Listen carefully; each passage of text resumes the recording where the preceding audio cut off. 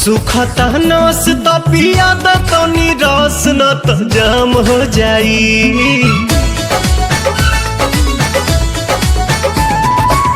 सुखता नस त पिया द तनी रस न त जाम हो जाई, न त जाम हो जाई। ए राजा चलो ना पिपरवा के तरवा ओही जैसा ना काम हो जाई। ए राजा चलो ना पिपरवा के तरवा ओही जैसा ना काम हो जाई। जानी बात टरकाव यही लागे ढरकाव रानी अजूरी में उठावा के पानी। बड़ा तेज पट धूप सब राजा रूप देखो काहे में फंसी जवानी। राजा चलो ना पिपरवा के तरवा ओही जैसा ना काम हो जाई। ए राजा चलो ना पिपरवा के तरवा ओही जैसा ना काम हो जाई।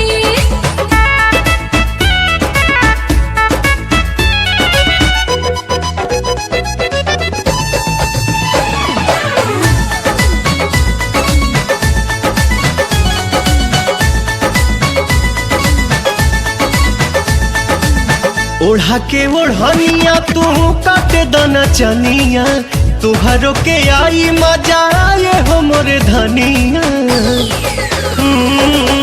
ओढ़ा के ओढ़निया तू काटे दना चनिया, तुहरो के आई मजा आए हो मोरे धनिया। नशा में नतीजा कुल बिगाड़ देबो हो, सारा इज्जत के बेइज्जत में लसार देबो हो।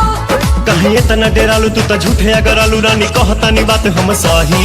ये खेल बच खेल बानी हमनी अकेले देखे गहुआ के लोग का कही। राजा चलो ना पिपरवा के तरवा ओही जैसा ना काम हो जाई। ये राजा चलो ना पिपरवा के तरवा ओही जैसा ना काम काम काम हो जाई।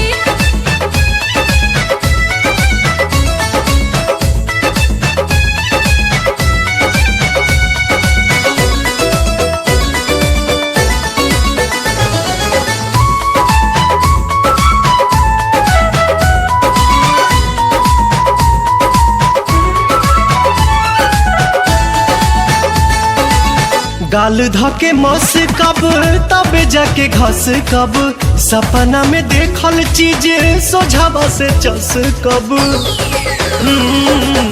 गाल धके मस कब तबे जाके घस कब, सपना में देखल चीज सोझावा से चस मोरे कब। सोना मोरे हीरा तू तो बड़ा पगलाइल लागे मना मना बात कुली होला मधु भाईल। बाटे खड़ा दोपहर मन मारता लहर रानी मनवा के कोई से मनाही।